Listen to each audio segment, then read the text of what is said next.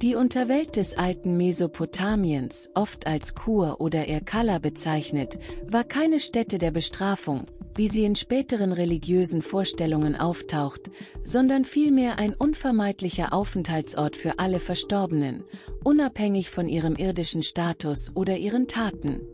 Die Vorstellung von einem universellen Schicksal nach dem Tod unterstrich die Sichtweise, dass der Tod ein Gleichmacher ist, der Könige und Bettler gleichermaßen betrifft.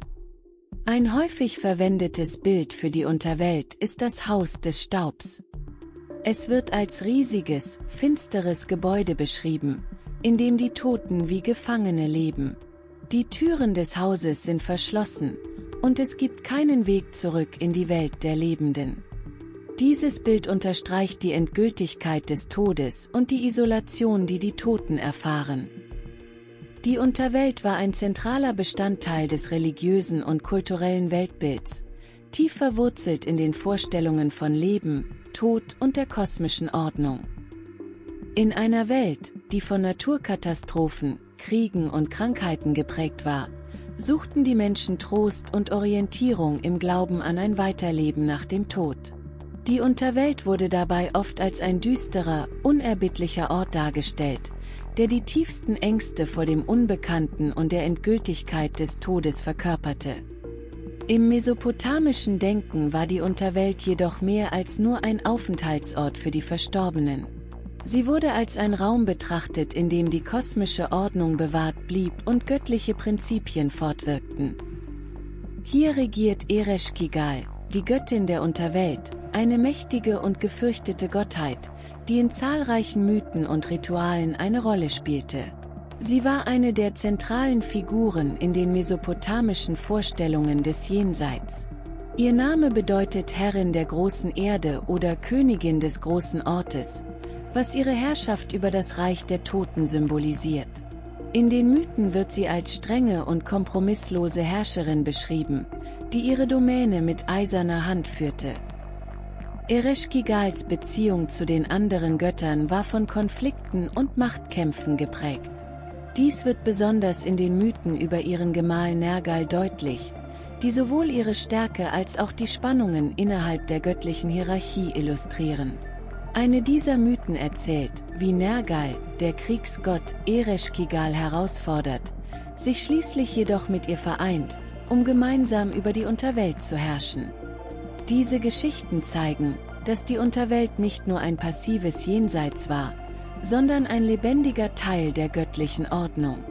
Die Unterwelt symbolisierte nicht nur das Ende des irdischen Lebens, sondern auch die Verbindung zwischen den göttlichen und menschlichen Sphären, wodurch sie eine bedeutende Rolle in der spirituellen und kulturellen Identität des alten Mesopotamiens einnahm.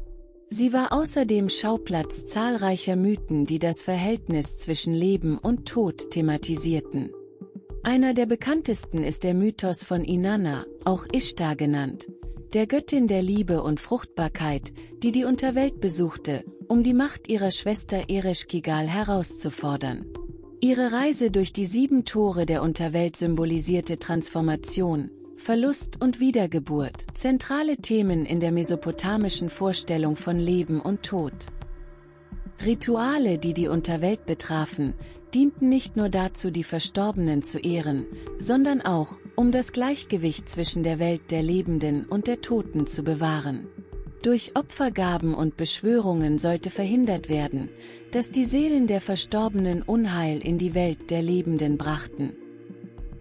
Namta, auch eine bedeutende Figur in der mesopotamischen Mythologie, insbesondere in der babylonischen und sumerischen Tradition. Er wird oft als Gott des Todes und des Schicksals beschrieben, eine Rolle, die ihm eine zentrale Position im pantheistischen Gefüge der alten mesopotamischen Religionen verleiht. Namta gehört zu den weniger bekannten, aber bedeutenden Gottheiten der mesopotamischen Mythologie. Sein Name wird oft als Namta oder Namtaru transliteriert und bedeutet in etwa Schicksal oder Bestimmung. Er ist vor allem als Gott des Todes und der Unterwelt bekannt. Er wird häufig als der Vollstrecker des Schicksals angesehen, der über die Lebensdauer der Menschen entscheidet und ihre Seelen in die Unterwelt führt. In der mesopotamischen Mythologie ist Namta eng mit der Göttin Ereshkigal verbunden, der Herrin der Unterwelt. Er spielt eine Schlüsselrolle in den Geschichten, die die Welt der Toten betreffen, und seine Funktionen sind eng mit den Vorstellungen von Leben, Tod und Schicksal verwoben. Namtaru wird manchmal als eine Art Lebensspender oder Wohlwollender in der Unterwelt beschrieben, und in diesem Sinne könnte er eine unterstützende Rolle für Ereshkigal spielen. Er wird oft in einem düsteren und eindringlichen Kontext dargestellt, passend zu seiner Rolle als Gott des Todes. In den bildlichen Darstellungen und Texten wird er manchmal mit einem strengen, einschüchternden Ausdruck gezeigt. Seine ikonografische Darstellung kann variieren, aber typischerweise wird er als eine ernste und mächtige Figur beschrieben, die die Autorität über das Leben nach dem Tod besitzt. Manchmal wird Namta mit Symbolen der Unterwelt und des Todes dargestellt, wie etwa mit einem Zepter oder anderen Zeichen der Macht über das Jenseits. Während Ereshkigal die Hauptgöttin der Unterwelt ist, könnte Namtaru eine unterstützende Rolle bei der Verwaltung der Seelen und der Durchführung von Ritualen spielen, die Ereshkigal gewidmet sind. Die genauen Details der Beziehung können variieren, aber oft ergänzen sich ihre Rollen in der Vorstellung von der Unterwelt.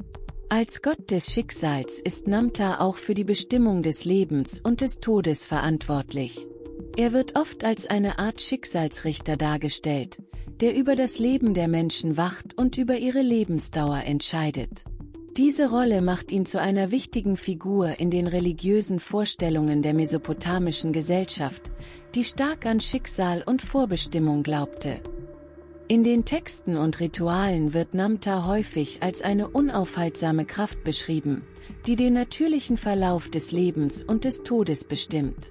Seine Bedeutung in der mesopotamischen Kultur wird durch die Art und Weise, wie seine Figur in Ritualen und religiösen Texten verwendet wird, deutlich. Zum Beispiel gibt es Parallelen zu Figuren wie Hades in der griechischen Mythologie oder Anubis in der ägyptischen Mythologie, die ebenfalls eine zentrale Rolle in der Unterwelt und beim Schicksal der Seelen spielen. Diese Ähnlichkeiten reflektieren universelle menschliche Themen wie den Tod, das Jenseits und das Schicksal, die in verschiedenen Kulturen auf unterschiedliche Weise interpretiert wurden. Seine Funktionen als Vollstrecker des Schicksals und Herr der Unterwelt reflektieren die tief verwurzelten Ängste und Überzeugungen der Menschen dieser Zeit über das Leben nach dem Tod und die göttliche Ordnung.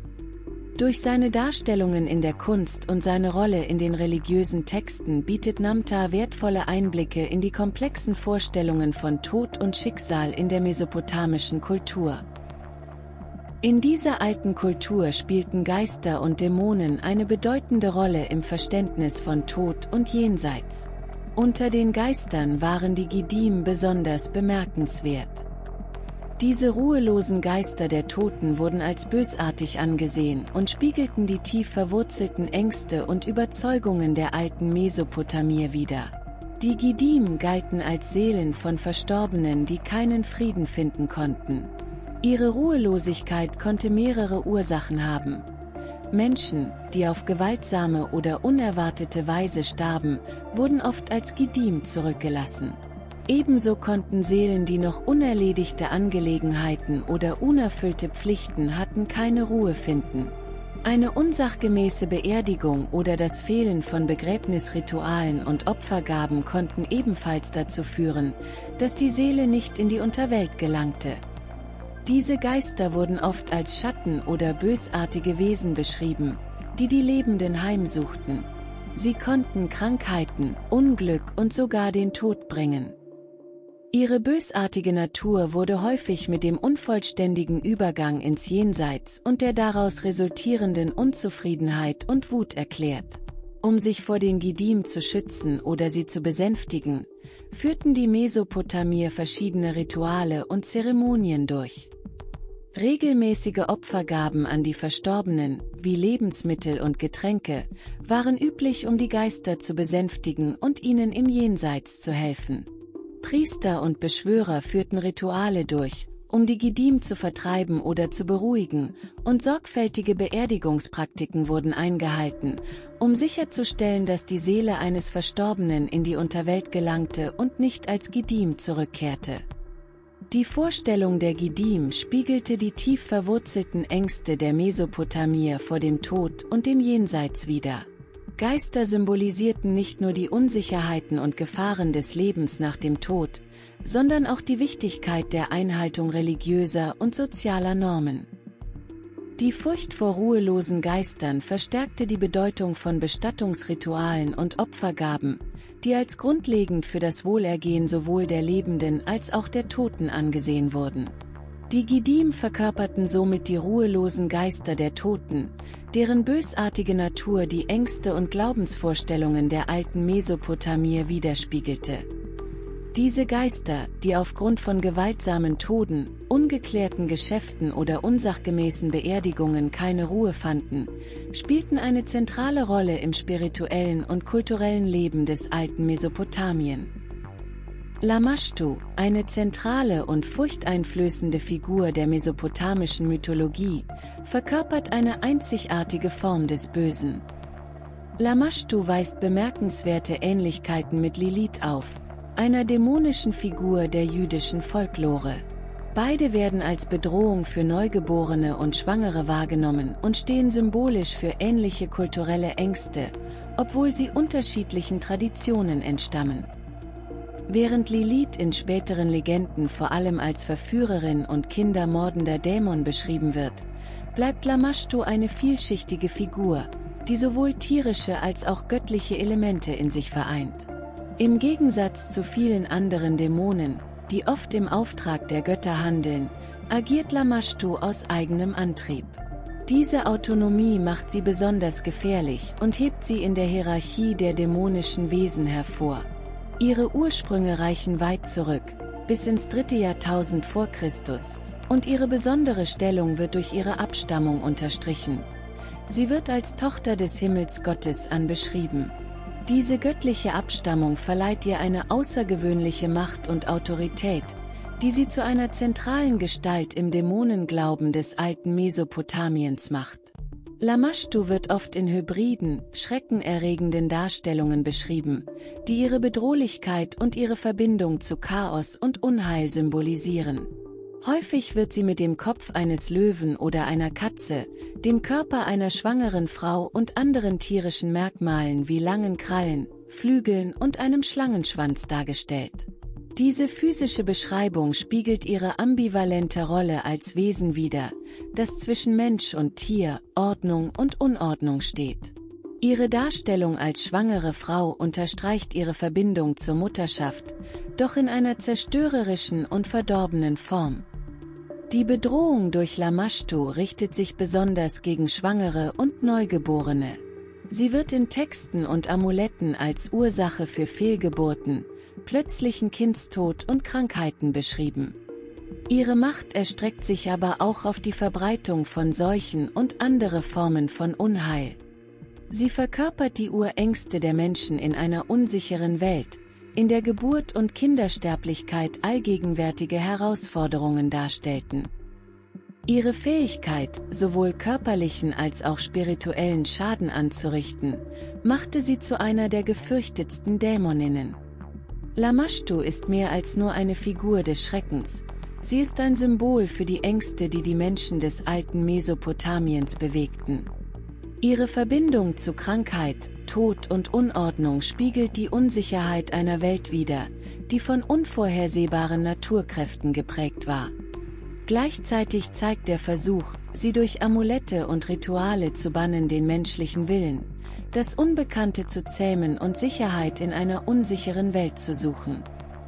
In ihrer Vielschichtigkeit bleibt sie eine der interessantesten Figuren der mesopotamischen Mythologie.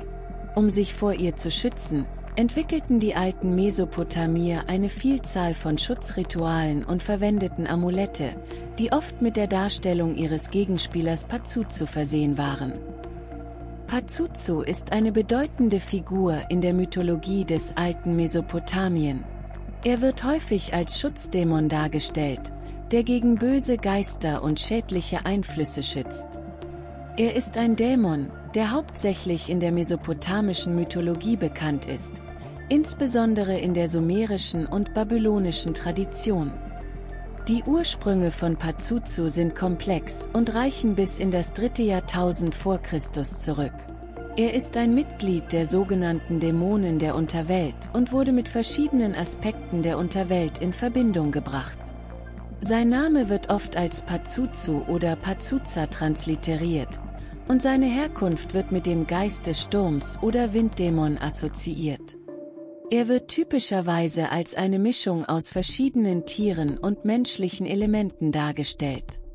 Er hat oft den Körper eines Menschen, aber mit dem Kopf eines Hundes oder eines Löwen, manchmal sogar mit Flügeln und einem Drachen- oder Schlangenschwanz.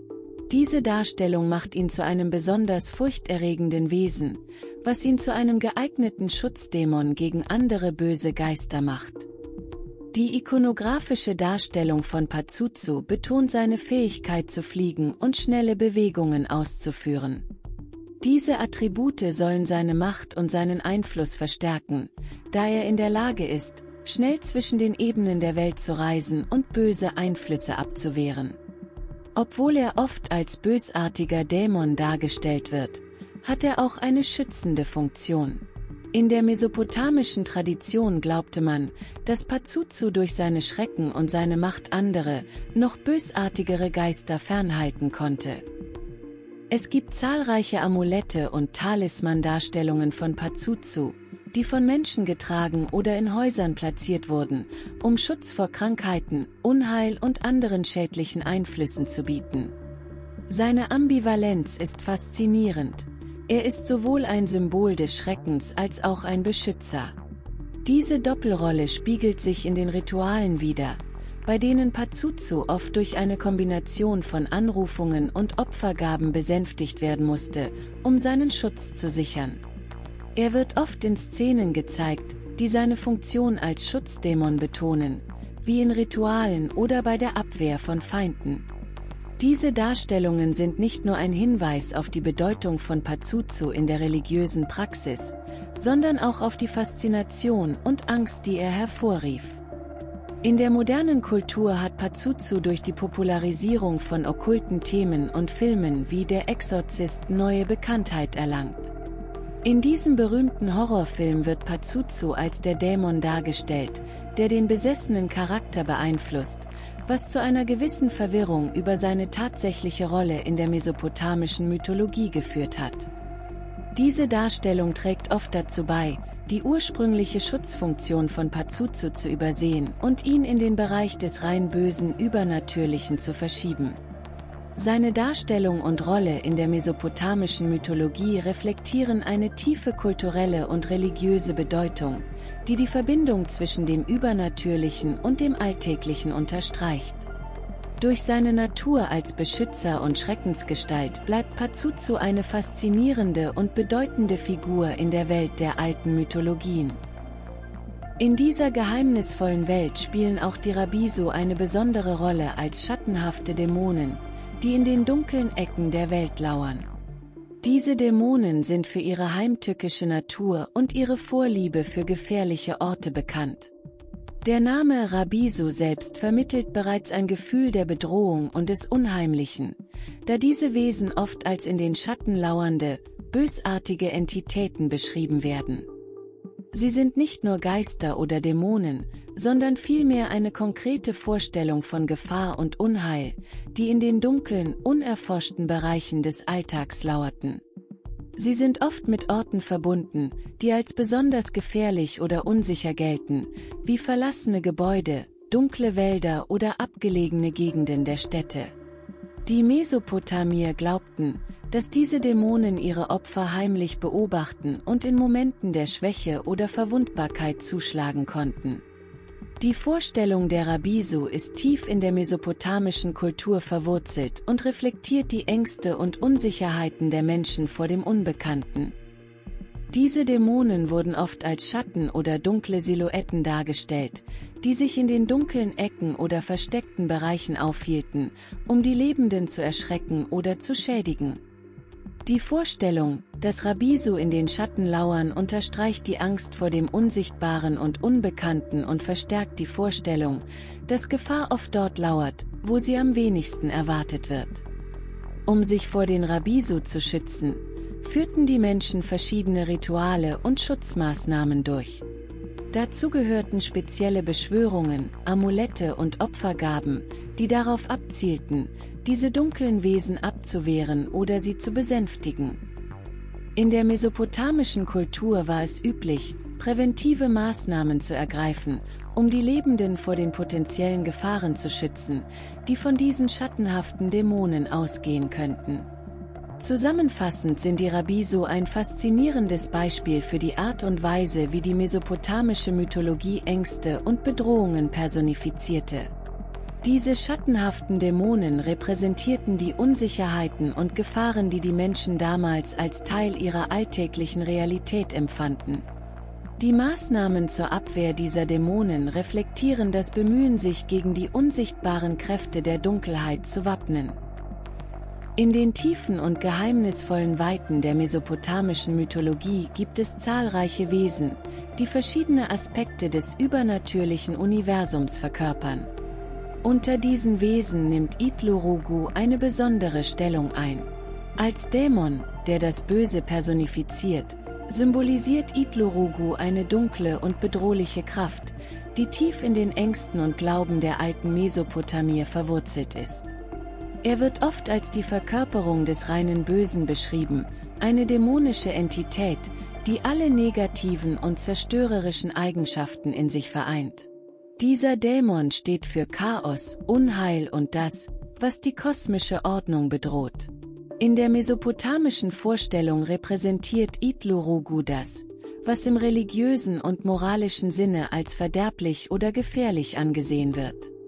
Die Vorstellung von Itlu-Rogu als Personifizierung des Bösen geht über bloße Erscheinung oder Verhalten hinaus. Sie umfasst die gesamte Essenz von Bedrohung und Dunkelheit. Er wird häufig mit Symbolen der Zerstörung und des Chaos in Verbindung gebracht. Diese Verbindungen sind nicht nur metaphorisch, sondern auch praktisch in den Ritualen und Beschwörungen verankert, die darauf abzielen, diese dunklen Mächte abzuwehren oder zu kontrollieren. In den alten Texten und Legenden wird er oft als unheimlicher und beängstigender Dämon beschrieben, dessen Präsenz allein schon Unheil und Schrecken bringt. Die alten Mesopotamier betrachteten ihn als eine ernsthafte Bedrohung, die mit negativen Ereignissen wie Seuchen, Unglück oder Naturkatastrophen in Verbindung gebracht wurde. Diese Vorstellung spiegelte die tiefe Angst vor den unkontrollierbaren und gefährlichen Kräften des Unbekannten wider, die als Bedrohungen für das Wohlbefinden und die Sicherheit der Menschen galten.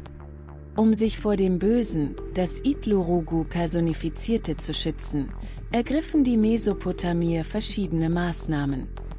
Diese umfassten spezielle Rituale und Beschwörungen, die von Priestern durchgeführt wurden, um den Dämon abzuwenden oder zu besänftigen. Opfergaben und Gebete waren ebenfalls Teil dieser Praktiken, die darauf abzielten, die Mächte des Bösen in Schach zu halten und die kosmische Ordnung zu bewahren. Die kulturelle Bedeutung von Itlu-Rogu liegt nicht nur in seiner Rolle als Dämon, sondern auch in der Art und Weise, wie seine Präsenz die Vorstellung von Gut und Böse, von Ordnung und Chaos in der mesopotamischen Welt formte. Der Dämon stand als Symbol für die ständige Bedrohung durch das Böse, das immer darauf lauert, die Ordnung der Welt zu zerstören. Durch die Verehrung und die rituellen Praktiken, die gegen Itlu-Rogu gerichtet waren, versuchten die Mesopotamier, die Balance zwischen den kosmischen Kräften zu bewahren und sich gegen die dunklen Mächte zu wappnen. Zusammenfassend ist Itlu-Rogu ein komplexes und bedeutsames Wesen in der mesopotamischen Mythologie. Als Personifizierung des Bösen verkörpert dieser Dämon die tiefsten Ängste und die Vorstellung von Chaos und Zerstörung. Die kulturellen und religiösen Praktiken, die sich um Itlu-Rogu ranken, reflektieren das Bemühen der Mesopotamier, sich gegen die dunklen Kräfte zu schützen, die ihre Welt beeinflussen könnten. Das war unsere Reise durch die etwas düstere Welt der sumerischen Kräfte und Dämonen. Ich hoffe, ihr habt einen faszinierenden Einblick in diese geheimnisvolle und komplexe Mythologie gewonnen. Die Sumerer, mit ihrem tiefen Verständnis von übernatürlichen Mächten und ihrer einzigartigen Sicht auf das Böse und das Jenseits, bieten uns auch heute noch spannende Perspektiven und Erkenntnisse. Wenn euch dieser Einblick gefallen hat, würde ich mich sehr über ein Like freuen. Und wie immer bin ich neugierig auf eure Gedanken und Meinungen zu diesem Thema. Gibt es spezielle Aspekte oder Figuren, über die ihr mehr erfahren möchtet? Lasst es mich wissen. Ich freue mich auf eure Rückmeldungen und den Austausch darüber, wie diese faszinierenden Mythen und Legenden auch in der heutigen Zeit auf uns wirken.